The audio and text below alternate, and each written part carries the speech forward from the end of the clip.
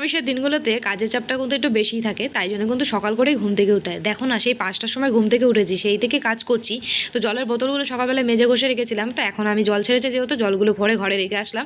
তো এখন মাথাটা ঘষতে হবে, যেহেতু আজকে একাদশী, গোপাল সোনার পুজো দেবো, আর কালকে মাছ টাছ খেয়েছিলাম, তাই জন্য মাথাটা ঘষে নিলাম।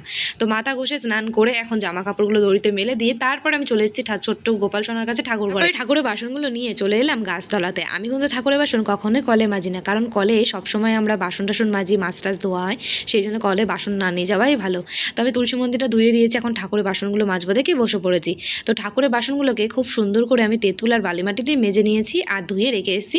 এখন কয়েকটা তুলসী পাতা আমি তুলে নিচ্ছি। একাদশীর দিনে তুলসী পাতা তুলতে আছে কিনা সেটা আমার জানা নেই, তোমরা যদি জানা থাকে তোমাদের কারোর অবশ্যই আমায় জানিও।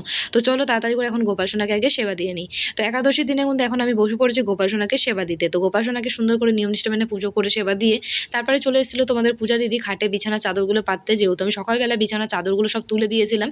তো এখন ধোয়া কাচা চাদর একটা সুন্দর আমি পেতে দিলাম। তো চাদরগুলো কিন্তু আমার এই ঘরে পাতা কমপ্লিট হয়ে গেছে। তারপরে কিন্তু আমি চলে এসেছিলাম ঠাকুর ঘরে বিছানা চাদরগুলো পাততে। তো ঠাকুর ঘরের এখন জানলার পর্দাটা যেহেতু ধুয়ে দিয়েছিলাম, তাই পর্দা, বালিশের ওষার, তারপরে কিন্তু বিছানার চাদরগুলো আমি পেতে দিয়েছি। জানো তো বন্ধুরা, এভাবে বিছানার চাদর পাততে আমার ভীষণ ভালো লাগে, সেটা নতুন হোক বা পুরনো হোক, ঘর সাজাতে আমার খুবই ভালো লাগে। তো দেখো আমার ঘরগুলো প্রায় কিন্তু গোছানো হয়ে গেছে। তো এখন আমি বিছানার বালিশগুলোকে সব এখানটাতে সব পেতে দিয়েছি, আর এগুলো গোছানো হয়ে গেলে তোমাদেরকে একবার ঘরটা দেখাই। তো ঘরটা সাজানোর পর কেমন লাগছে। তো দেখো তো বন্ধুরা, বিছানা চাদরগুলো পেতে ঘরগুলো তো কেমন সুন্দর লাগছে, অবশ্যই কিন্তু তোমরা আমায় কমেন্ট করে জানিও। সবাই মিলে একবার বলো যেতে যেতে, রাধে রাধে, হরে কৃষ্ণ।